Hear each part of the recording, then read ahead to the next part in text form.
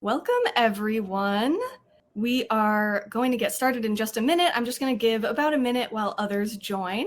But if you are here, could you just pop into the chat and say hello and say where you are located so that we can start to see that you are here, you can see us. Let's see, there we go. We had a little pause there in the chat. I was holding my breath for a second, but now you all are coming in fast and furious, so thank you. And it looks like we've got people from all over, which is awesome. I saw the Netherlands fly by there, Switzerland, Florida, Colorado. Fantastic. Thank you all for joining us. And you're all here for our first panel of the day. So special thank you to all you hardcore attendees that are maybe planning on sticking with us for all the events today. Awesome. All right, I'm going to go ahead and get started. Feel free to continue saying hello in the chat while we get this thing rolling.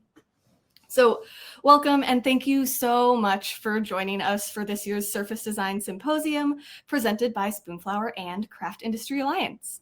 My name is Jessie Katz-Greenberg. I'm the Artist Community Manager here at Spoonflower, and I am so excited that we were able to partner with Craft Industry Alliance to bring you today's event jam-packed with information that you can use to start or grow your surface design business. And Abby, I'll pop it over to you for an intro. Thank you. I'm Abby Glassenberg, the co-founder of Craft Industry Alliance, an organization for craft and creative business owners. Awesome. So a little bit more about Spoonflower and Craft Industry Alliance. At Spoonflower, we're a print-on-demand manufacturer that produces wallpaper, home decor, and fabric. Our online global marketplace connects makers and consumers with independent artists all over the world who earn royalties every time their designs are purchased. Any artist can set up shop at spoonflower.com to start growing your surface design business. And at Craft Industry Alliance, we know that building a business is a lot of hard work. Don't go it alone. Craft Industry Alliance is a community for craft professionals where you can get advice and support every single day. Build your network alongside other artists and makers, plus get in-depth coverage of craft industry news and ideas, tools, and resources to help you make smart decisions. So you can head over to craftindustryalliance.org after this session to check it out. All right, so I'm going to head behind the scenes for most of this session, but first I'm going to quickly launch a poll so we can learn more about where you are in your portfolio journey.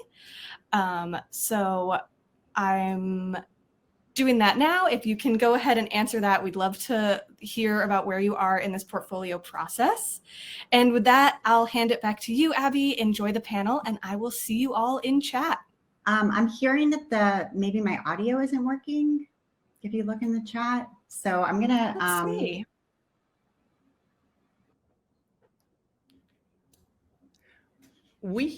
Now we can't. I could hear you, but I think she's restarting. And others can hear. Okay, which means let me quickly let all of you attendees know, if you can't hear somebody, you can go ahead and just refresh your browser or close your browser and rejoin the link, and that should fix any audio issues for all of you listening in. Abby, just so you know, we did have some people in the chat saying they actually could hear you, so okay. It might be that attendees just need to refresh. Okay, yes. Thank you yeah, for we can hear you great. Everyone. All right, I'm gonna head out and have a blast, everyone. All right. So the main idea for this session is about building a surface design portfolio. So if you dream of seeing your artwork on fabric, on wallpaper, on home goods, clothing, and more, you need to assemble a surface design portfolio. So during this panel, you're going to hear from the artists we have assembled here, and they're going to describe how their portfolios come together and how they've marketed them successfully. So you'll hear about the purpose of a surface design portfolio and the different ways it can be used, the categories of designs that make up a strong portfolio and how many you need in each category, how to identify gaps in your portfolio and fill them in, and how to package your designs in order to share them with art directors. So I'm very excited to dig in. And the first thing we're going to do is start out with some introductions. And if it's okay with you, we'll start out with Shannon. Do you want to introduce yourself? Sure, I'd be happy to. Hi, everybody. I'm Shannon McNabb. I am an American surface designer who's actually living in Dublin, Ireland now. I've been a full-time artist for the past decade, but since 2016, it's been 100% surface design for me. And then in 2020, I started Sketch Design Repeat, which is an educational site for artists, so I could simultaneously feel my love for both art and teaching. Fabulous. And Elizabeth, you're up next. Hi, I am Elizabeth Silver, and I am a professional surface pattern designer. I have been designing for 20 years. I did 10 years working in-house in home textiles and kids apparel. And for the last 10 years, I've been licensing my work and freelancing, creating art for products from everything from stationery, gifts, home decor, apparel. I've designed for most of the categories. And because I've been doing this for a long time, I have started sharing the things I've picked up along the way through my blog and my YouTube and courses. And I teach new designers all about, finding their confidence, showing their work, and, creating really marketable artwork. Fabulous. We have so much expertise here. And Lila, you're up next. Hello, I'm so happy to be here with these wonderful other co-presenters. I'm the founder and agent at Lila Rogers Studio, an art agency. I've been doing that for several decades, and I represent 45 artists. I'm the co-founder and teacher of the Make Art That Sells platform, and that's actually where I find artists to represent in my classes. And I'm the author of I Just Like to Make Things. Boom. Fabulous, which is a great book that I love. So I'm so excited to have all three of you here today to dig in, and we are going to start actually with the nitty gritty. So we're going to just get right into it. And our first question is, what is a portfolio exactly? How do you package this portfolio? What format is best? Like, is this a website when we're talking about a surface design portfolio? Is it a printed book of designs? Is it a PDF or something completely different from what I'm imagining? And what sizes should the artwork be when you're creating a portfolio? So really, what is this? And we're going to start with you, Shannon. Okay, so in simplest form, a portfolio is literally just a collection of the artwork you hope to license to companies. That's it, simplest form. There are obviously different schools of thought on how you should package it and all of that. For me, what I've found in my career, the best way is with individual portfolio sheets that are sometimes called sell sheets, because it gives you the biggest flexibility when you're sending to different companies, because not all companies will buy the same amount of art from you. And I typically do 11 by 17. But honestly, the sizing is totally up to the individual. 13 by 19 is sometimes used, especially if you go to trade shows here in Europe. So, but those are my simple recommendations. That's great. And Elizabeth, do you have anything to add to that as far as how the nitty gritty of what a portfolio is and how you've made one? Totally. Yeah. As Shannon said, it is a body of your work, and it's really to show off your skill set. So if you want to license your artwork, that's cool, but there are also a lot of other ways you can earn money with your art. So if you were looking for an in-house job, if you were looking to freelance with your work, if you're looking to, put it on Spoonflower and do print on demand, no matter what, it's showing off your skill set. So really, to figure out what's the format you should use, it really depends on where are you going to be showing this? What do what's your goals? If your goal is to work in-house, you might be going to in-house interviews. In that case, you probably want something that's printed out and, like the type of sales sheets that Shannon was talking about. If you are emailing art directors to connect with them and get, whether it's licensing work or freelance work or whatever, you might be okay with just having your work shown on your website and just making it really clear. So the format, my portfolio personally takes my portfolio is basically my files, right? It's all the artwork that I've created, but I show some of it off on my website. I have some of it printed out from when I used to apply to jobs in-house a long time ago.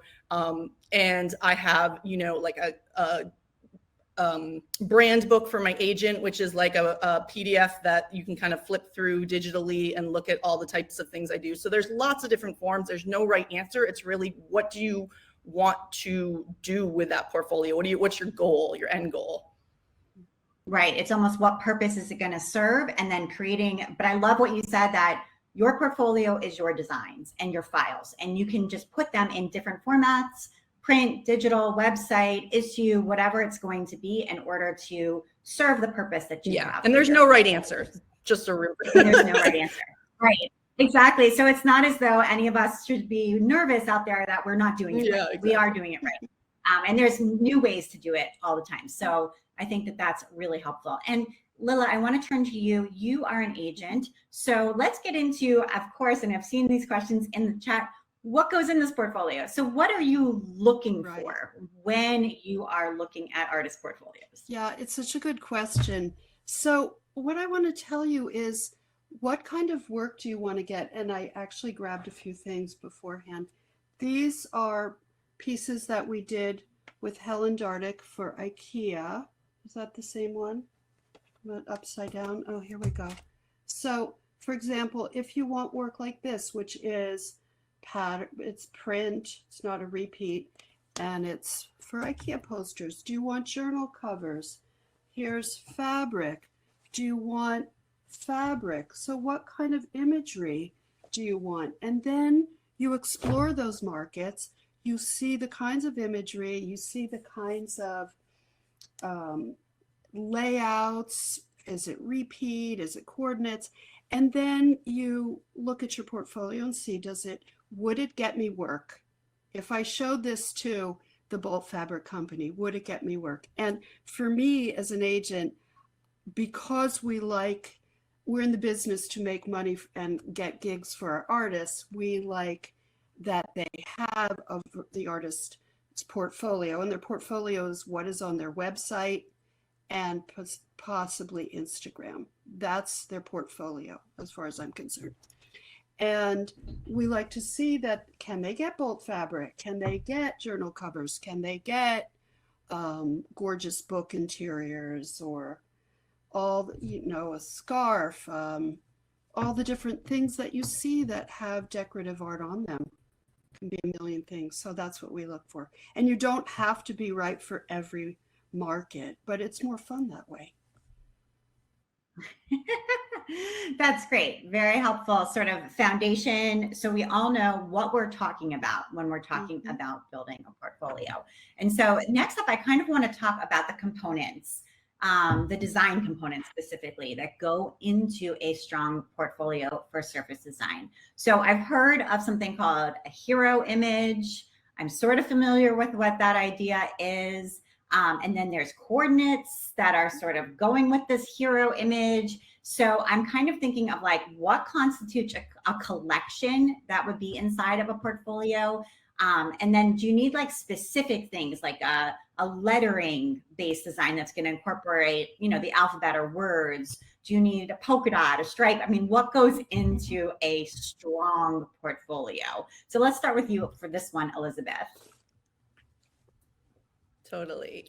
So the thing you have to think about when you're working on your portfolio is, what is the product category that you're going to be aiming for with the art that you're creating? Now, as Lila said, it would be wonderful if you could do all of it.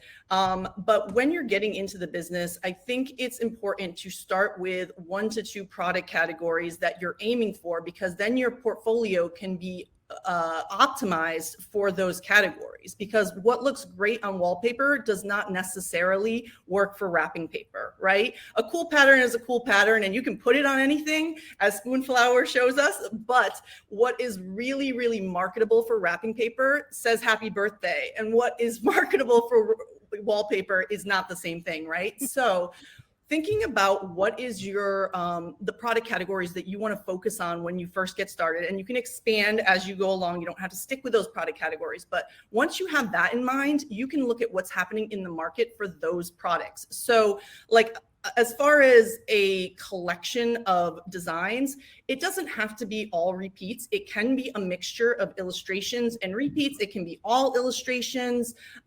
It depends on what you're going for. If you're going for greeting cards, you might have 4 coordinating illustrations that are all perfect for a set of 4 greeting cards or note cards. If you're looking to do fabric, then you're going to likely have all repeats. And in that case, we're talking about a hero image, which, yes, is the most complicated of the images, has the most unique motifs in them, which is like the icons that you'll find in your artwork, has probably the full palette of your whole collection in it, and has the most kind of interest to it. It has the most detail, has the most interest. And then after that, you have secondary coordinates, and there's different names, hero, main print, you know, there's different names for all of these things. But like I say, a hero or a main print, and then a secondary coordinate, which is sort of like tier 2, has some new interesting icons as well, but isn't quite as packed with information as the first one. And then having some of those ditsies is important, some of those smaller geometrics or whatever.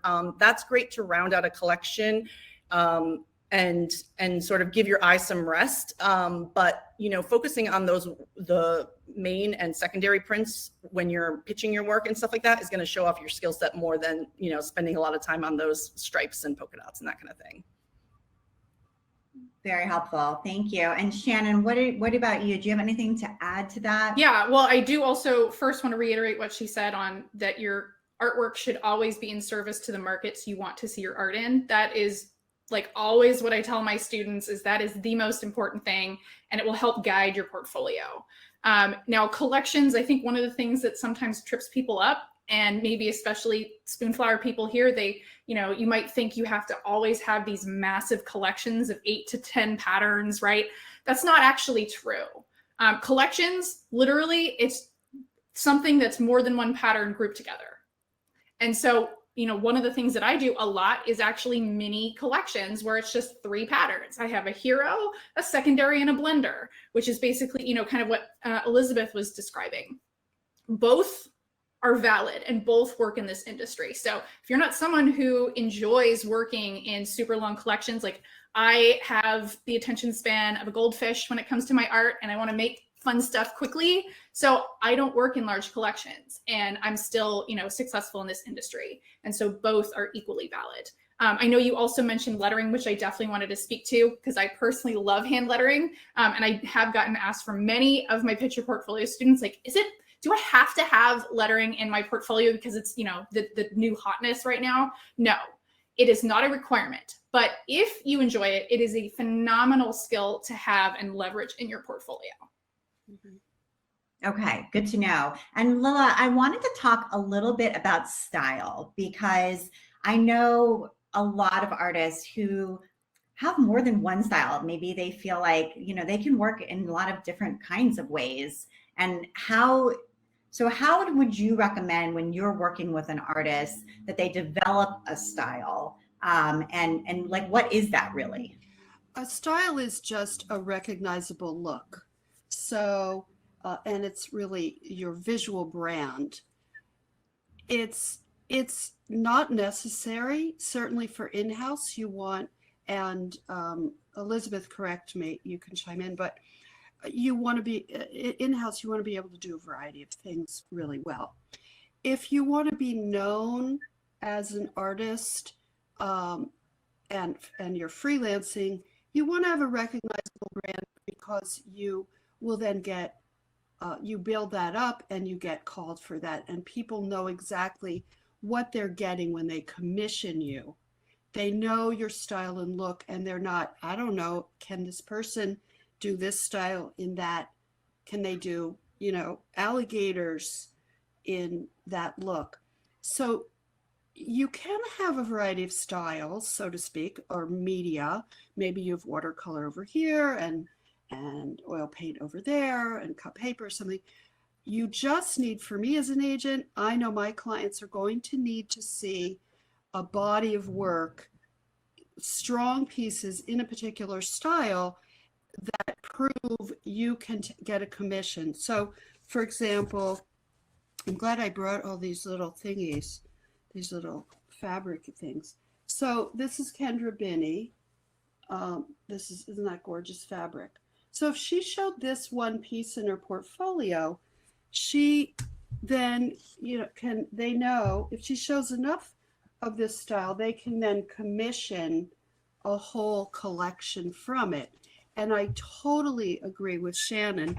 You might have one beautiful piece and nothing more. You might have 5 pieces in a collection with the coordinates. Here's I don't think this goes with this, but maybe it does. So here's a repeat. I don't have the hero. Oh yeah, I do have the hero. Oh, this will be good to help explain. So this is the hero image. This is like the big pretty scene. And then here's a little repeat. This is my artist, Rebecca Jones. And then this is the coordinate that I think goes with that one. It's teeny and smaller and cute for like pockets. So, and Lila, sorry to interrupt, but could you also tell us what a blender is? Because I saw in the chat a couple people weren't sure that word blender, what that meant. You don't know what blender is? Okay. It's like they use it in quilting terms. Okay. So when you're designing for fabric, sometimes they call it a blender, because when you're quilting, I don't know how to sew, okay? But I've designed a lot of fabric collections.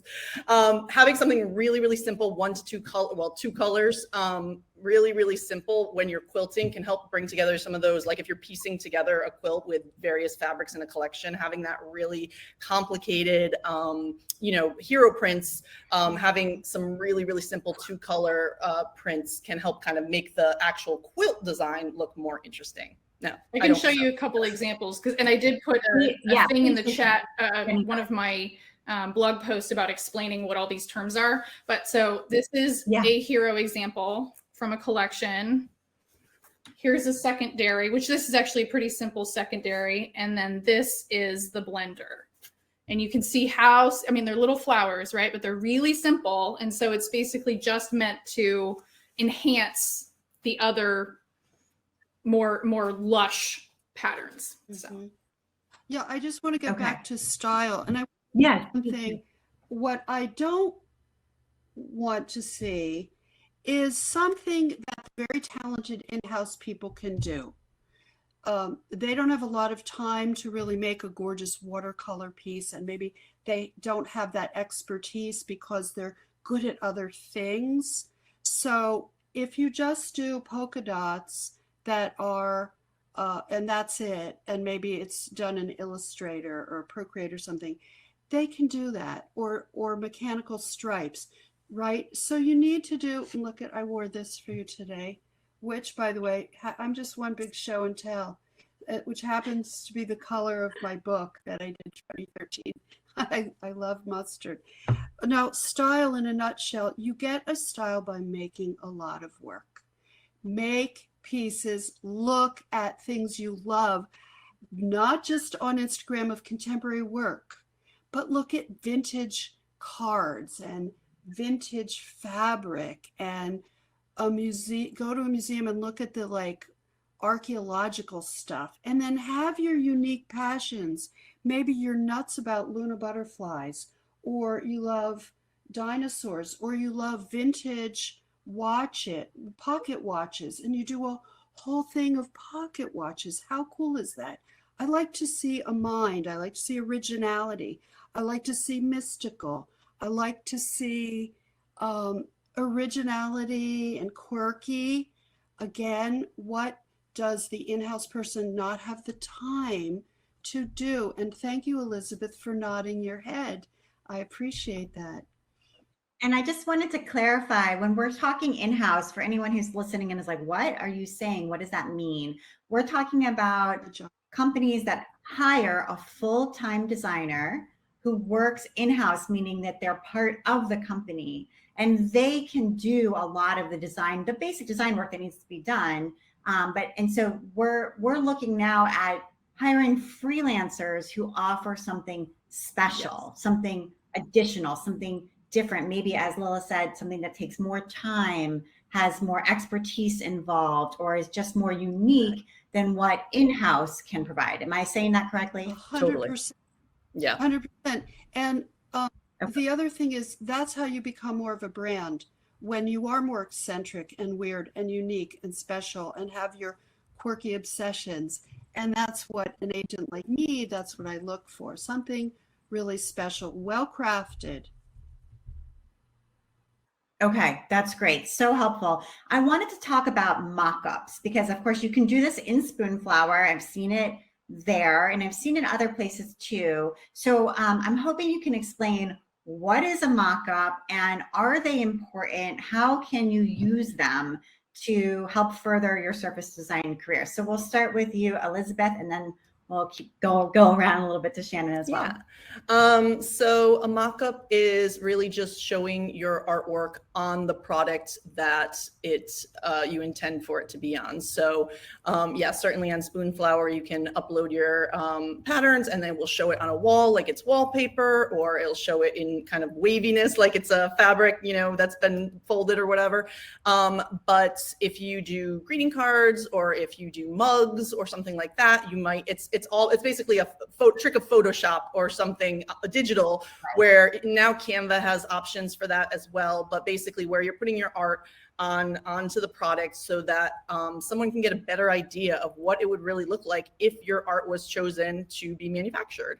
And, I used to sort of be half and half on mock-ups. I was like, it's a good idea, but it's not 100% necessary. And I'm going more like 75%. Like, it's still not 1,000% necessary, but anything that makes things easier for art directors to visualize, to understand that you get that product, you understand how products are manufactured. And it's not, again, like if it's a mug, it's not just an all over pattern.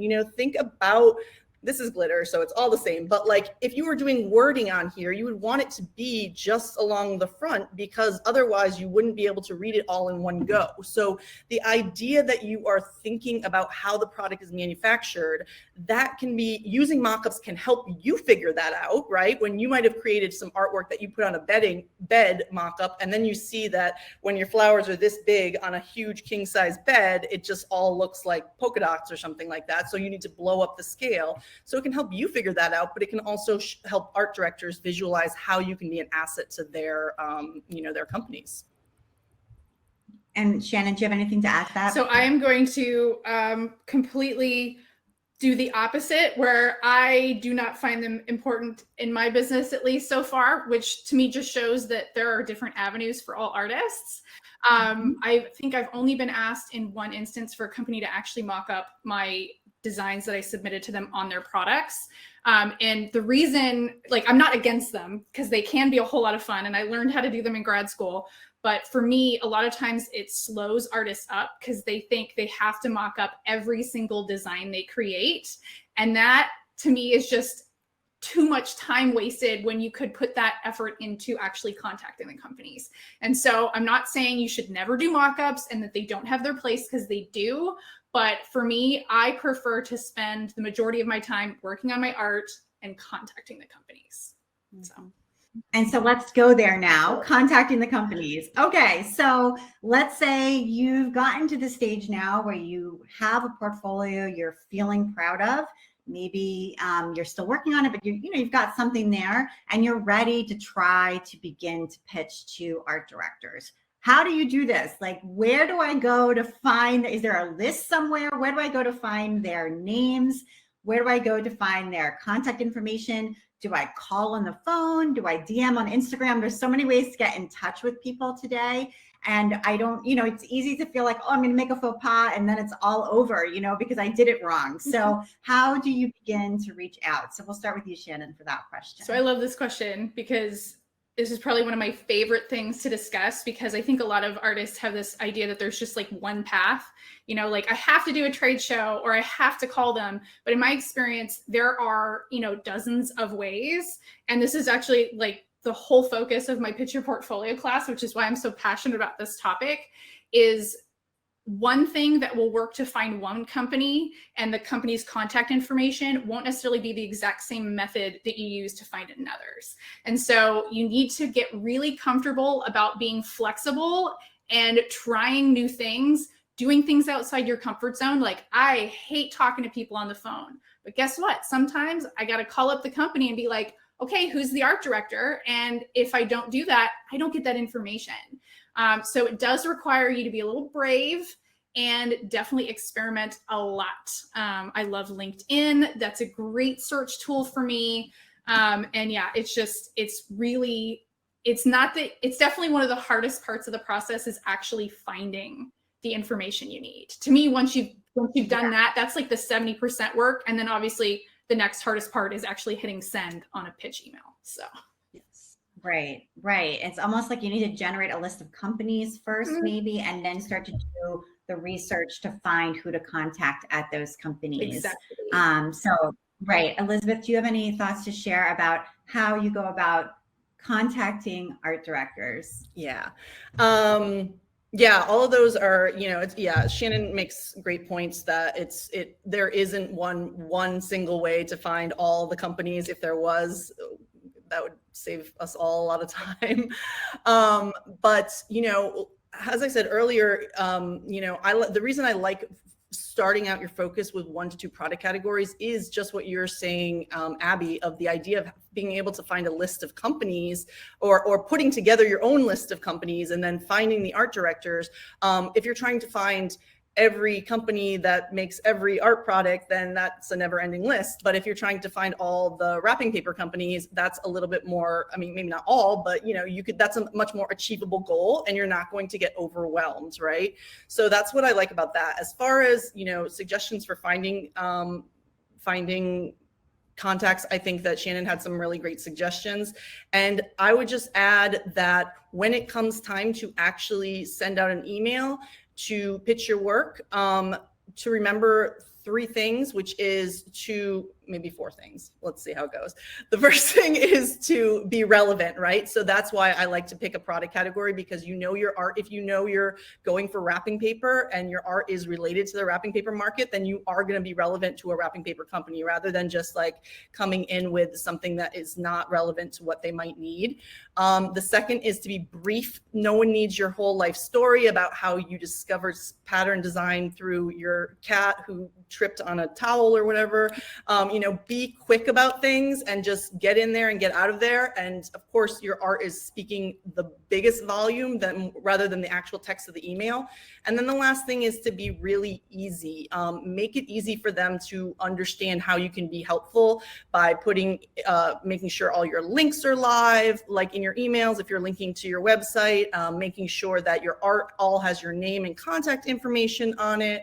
And that the email is very potentially even bullet pointed. Just basically you should be able to 4th grade reading level while someone's doing something else. They need to be able to get the message really quickly. The fourth thing would be consistent. So once you've done that once, do it again and then again, because it's all in the follow-up. The puns are in the follow-up for sure. So that first reach out is not enough. You're going to have to keep going. And that's why you need kind of a system, that list that you have, those contacts, get your spreadsheets going, because you need to be, set yourself a calendar reminder to follow up after you've sent that initial email. Mm-hmm. Yeah, I think follow-up is so important. And Lila, in your book, you have 2 really great pieces of advice that I always hung on to after I read it. And one of them is people buy your joy. And another one is that no actually is just not right now. So I don't know if you wanted to talk about both of those pieces in relation to pitching to art directors. Okay, and I just want to chime in. I mean, what they've said, yes, totally agree. One simple thing you can do is go to the fabric store, go to a beautiful boutique, turn over the product, find names. Another way is get an agent, a good agent who has lots of contacts. Are they selling? Are they getting a lot of work in the products you want? We went to Surtex when it was live for 13 years or so, and Print Source and Stationery Show, and we just, we have 1 million clients, and we go, oh, this is gorgeous. Let's send it to boom, boom, boom. When an artist sends us something. Okay, and Another thing in your email, and please don't DM me. I don't respond in DM. I need an email. I take people on for my classes, as I mentioned, because I can see how they deliver their professionalism, how they solve a brief and assignment. In your email, absolutely right, as the others said, short and sweet, your art is what's going to sell it. If you have a client list, that's great, but you can put it on your website. The number one page, of course, I look at is your website, the homepage, and I scroll very quickly. I can process a lot of imagery quickly, so don't make me jump to a lot of links. But the second page I look at, my students know the answer, your about page. I want to see, do you have an agent? If so, I don't touch it. Do you have a client list? Where do you live? I'm just curious. I like a photo of you. I'm just curious. It makes you human. In your email, do not say, I do beautiful watercolors that tend to express. No, don't describe your art. Art directors, agents know everything from looking at it. Okay, so what was the question? People buy your joy? Or yes. People buy your joy, and also just no doesn't mean no. No doesn't mean no. It means not No right doesn't now. mean no. And just know, pitching is the most horrible thing in the world for, not for us as agents. We love it. I mean, we're psychos. We love to get work. Our artists, we love to pitch. It's like, look how cool this is. Oh my God, you have to, and we know who and all that. And we're just built that way. My poor daughter, I'm like, oh, Natasha, you've got to do like this, like a graphic novel of all your funny. I'm like, and I'm sorry, honey, I'm an agent. I can't help it. So we love it. Okay, I'm veering off. People buy you. So pitching is hard. Just know that. And so what you want to do is two things. Make it every Tuesday afternoon. And just know every Tuesday, like set it in your calendar and give yourself a reward after, and set the goal like I will just send out X number every Tuesday. And as Elizabeth, I think, said, have everything ready to go. And first have your website done. And you also want to, I saw somebody as a virtual assistant. Hire somebody for 4 hours a week, what I did when I was an illustrator in New York, because I hated sending out my mailings to magazines, and they would even like putting, this sound neurotic I was, putting the stamp on. I would like fuss with the location of the stamp on the envelope, because these are hotshot creative directors. They're going to hate my guts if I like do it wrong. I need to like have, I'm just saying, that was 30 years ago. But if you're struggling, get support. Get someone to come in to send things out. Get a virtual assistant. Hire a high school kid to do something they can do who wants to go to art school and learn from you. So there are many. Just get the support you need. No is just not now. Absolutely. I forgot I said that. So once, let's say you're successful, and you've got a licensing deal coming your way with a company. I know one of the bigger questions that artists wonder about is whether or not you're able to retain the copyright to that design so that you can license it in another format or later with another company, so you don't lose your ability to do that. So I'd love to start with you, Shannon, if you want to address that copyright question. Absolutely. I'm a super nerd when it comes to contracts and pricing, so I love this question. So there are a couple different ways that you can work with companies, and licensing is definitely, I think, the main way that people, artists think. And what a license typically is you should retain the copyright, and that should be clearly spelled out in the contract you sign. And you're basically loaning the artwork to the company to put on their products for a specific amount of time. There is also what's called a buyout, and that is where a company would actually purchase the art and the copyright with it, so they would then own it. And so that is where you would lose the copyright of your artwork. Now, some people are very against buyouts, but I like to do both, although I would say probably 90% of what I do is licensing. And all that you need to do is be very clear in the contract that if you're going to be licensing something out to multiple companies, which that's the dream, that's the benefit, right? Is you can, for example, the fabric that I showed, right? This has been licensed to a fabric company. And then a couple years later, it was licensed to a doormat that you can still buy. And so the reason that can happen is there was no crossover in the product category, the territory, or the duration of the license. It's all, there was no crossover. And so it allows you to license to multiple companies. Okay, so product category, duration, and territory seem like yes, those are the three most important things in a contract, but the product category is really the main issue you need to be concerned about with crossover. So like if this fabric company had put in, you know, outdoor decor, which would be including doormats, then I couldn't have done the second license. And there's also nothing saying you can't go back to a company and get them to change the terms. So it's always best to think as narrowly as possible. So example, the doormat company that I work with, they have home decor.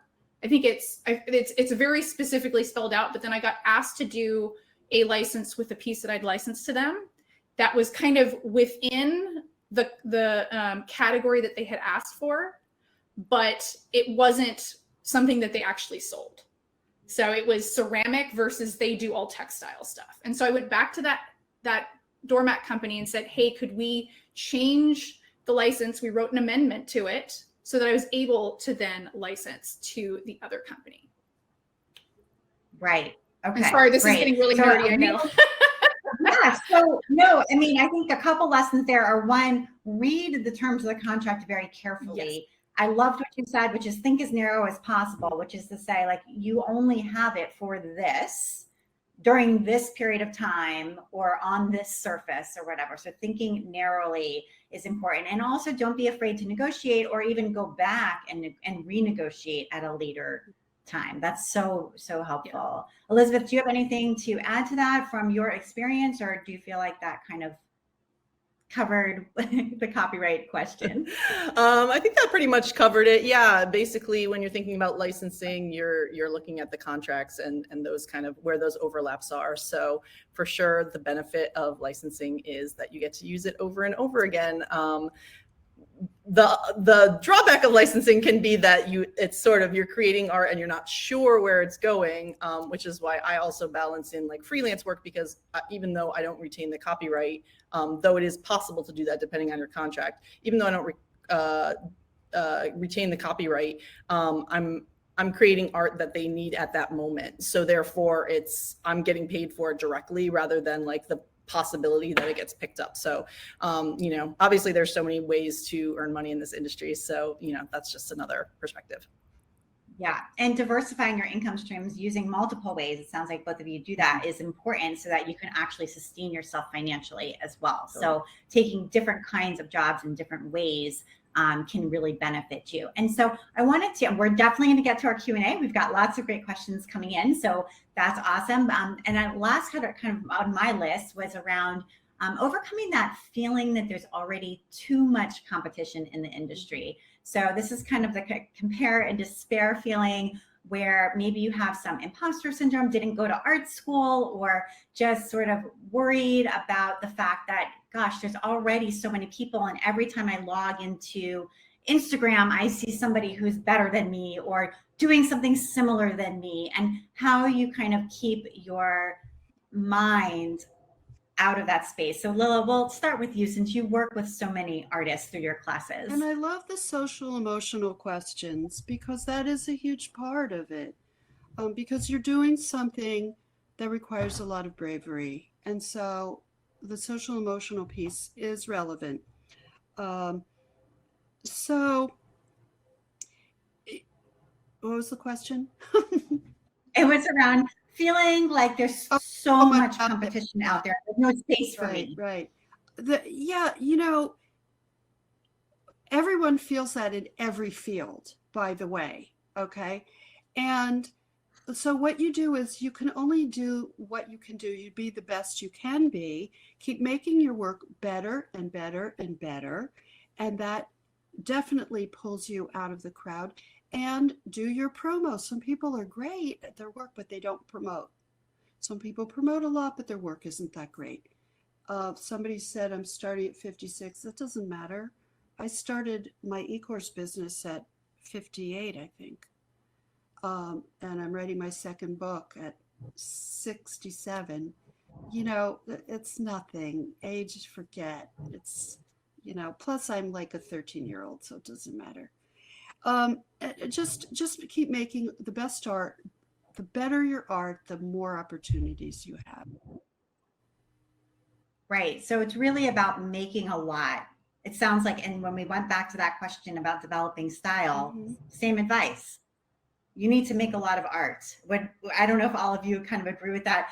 Maybe you can give us just a brief sense of like, what does that even mean, make a lot of art? Elizabeth, do you have thoughts on that? Like, what does that mean? Do you make a lot that you don't use, or have a routine of how much you're trying to get done? I'm just curious about that. Yeah, I have an agent for my art licensing. So when I'm creating new artwork that is not for clients, not for freelance work, I use it to send to my agent, and hopefully, that goes into my licensing portfolio. Hopefully it gets licensed. So, I mean, not that I don't ever like play around in my sketchbook and things don't come, that I don't end up with final art for, but a lot of the time I'm just trying to create things. And that's the thing is remembering that it's your portfolio and it is an ever evolving thing. So it's okay to create something it's okay to be done for now, right? If I know people struggle, I have a course called Successful Licensing Collections, and people struggle with being done. They're like, I give a whole assessment of like how you can self-assess your work. And even after going through all the like checklists, people are still like, I don't know, it's still not good, it's still not right. It's like, you know what? It's as good as it's going to get right now. So put it down, send it out to an art director, send it out. It's doing you no good sitting in a folder on your computer or in your sketchpad or wherever collecting dust. Like, put it out there. In 8 months, in 10 months, if you like have a genius idea about how to make it better, go in and make it better if it hasn't been licensed. But maybe if it's been licensed, then you accomplished your mission anyways. So basically, worrying about when something is done and pushing towards some sort of like perfection that doesn't exist. Art is subjective, 100% subjective. What I think is awesome is not what Lila thinks is awesome, is not what Shannon thinks is awesome. So there should be some overlap, I'm sure, but there's lots of stuff that we have different opinions about. And the same is going to be true of every art director. So, worrying about if your art is good enough, it's just, think about what is marketable. If you think about Rae Dunn, she does those like hand lettered kind of, it's like very simple. If you go to Home Goods, it's all over Home Goods. It's like a canister that says flour, right? Like canister that says sugar. Super, super simple. We don't even need to debate her art skills. It's handwriting, but she has a bajillion products out there, right? It's popular. It doesn't matter. Art is subjective. So, just keep moving, and you can always tweak later. I'm so glad I asked that question. That was a great answer. And I feel like not letting perfection be the enemy of the good enough is so Oh my smart. God. Done is better than perfect is like my personal mantra. So yes. Yeah, absolutely. And you can go back later if you have a genius idea. And as Lila said earlier, it's vulnerable to send these things out, and it can be something you put off because you're like, it's not perfect yet. But then if you never do it, you never do it. So yeah, really good advice. So I want to go to some of the questions that are coming in the chat. And a few of them are asking about, should I have my portfolio, printed onto fabric? Like, should I use Spoonflower and just have all of them printed onto fabric and make a portfolio that way, I guess, with fabric swatches or pieces of fabric? So I see two or three questions on that question so I'll ask that to Shannon. It looks like maybe you have a thought on that one. Yeah, well, I mean, it makes sense, Spoonflower, right? Because you're printing on fabric. I would say the best benefit of doing that is if you were going to be in an in-person trade show. I've done, Okay. 5 trade shows. This was pre-COVID. And there were always a couple of people who, instead of doing, paper portfolio sheets, especially if you're doing primarily patterns, they would print on fabric and basically have fabric swatches that they would just like have on rings, and that is absolutely a valid way to present your portfolio at an in-person trade show. If you're sending it via email, there's not really a reason to go ahead and print all of your portfolio sheets on a fabric. So, Right. And Lila, this question I think is good for you. Where do you go to find an agent or the right agent for your art? So we were talking earlier, where do you go to find art directors? Had some great tips there. Well, where do you go to find agents? Well, you can Google it. You can Google licensing agents, art licensing agents. There's a lot you can do with Google. Oh, my Uber's going to be here in a minute. There's a lot you can do that way. I don't know because, I don't look for an agent. So Right. know more, but I have done that and I've suggested that to people. I've done it and there's great agents listed. Or I'm an agent that's not just surface pattern. We do lots of picture books, adult nonfiction books, and so forth. So it depends what kind of what you want to. Right. Mm-hmm. And I know, Elizabeth, you said you had an agent. How did you find your agent, just out of curiosity?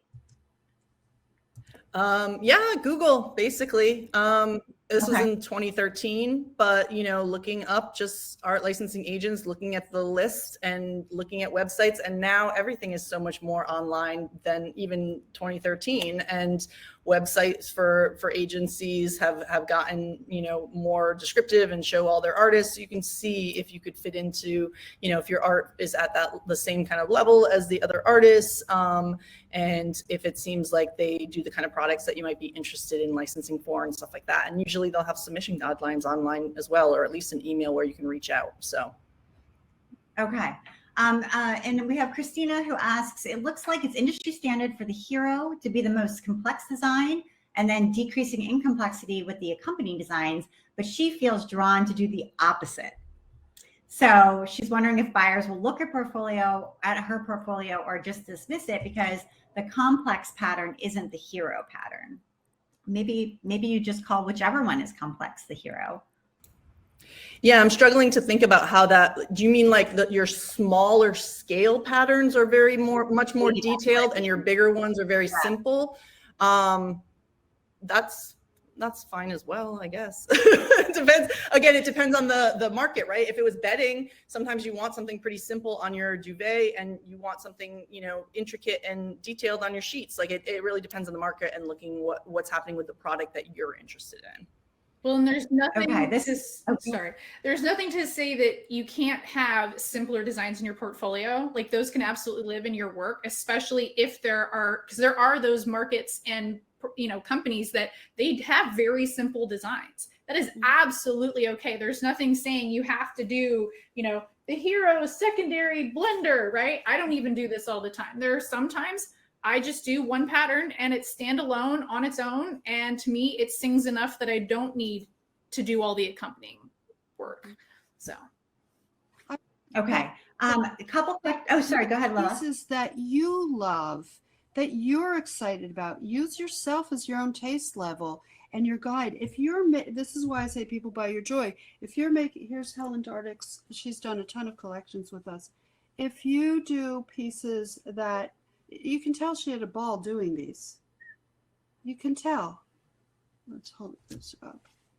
And for Clothworks, oops. Do pieces you love. It's going to come through. Yeah, versus forcing yourself to fit into some sort of mold because, just because. Right. That's such great advice. And helps you to make a more unique style anyway, which is what you want. So several people ask whether or not they need to have a website before they can start to pitch. So like maybe you have a Spoonflower shop and you've got designs there, but you don't have your own standalone website for your art yet? Is that something you absolutely need to work on before you're actually ready at that point to go ahead and begin pitching? Yeah, go ahead, Lila. For me, yes. Okay, it's a yes. So there you go. Taken from an agent, it's a yes.